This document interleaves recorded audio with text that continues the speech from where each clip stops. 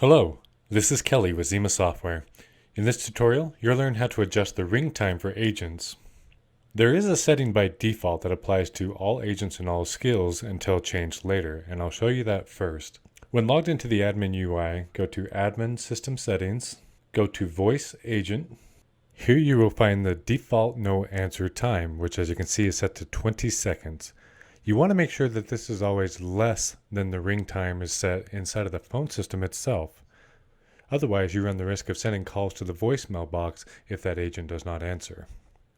Again, that's the default no answer time, and I'll show you where you can adjust that per skill as needed next. To change the ring time per skill group, inside the admin UI, go to Contact Center Configuration and Skill Management. Select the skill you'd like to adjust with the three dots above the skill name. You'll find Agent Ring Time as set to 0. When set to 0, that does not mean we're not going to ring those agents. It means it's using the default time as you saw set earlier, so in this case, 20 seconds. If I want to adjust it for this skill to be less, I can do so here.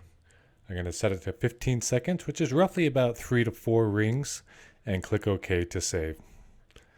Make sure to save again, and that is it.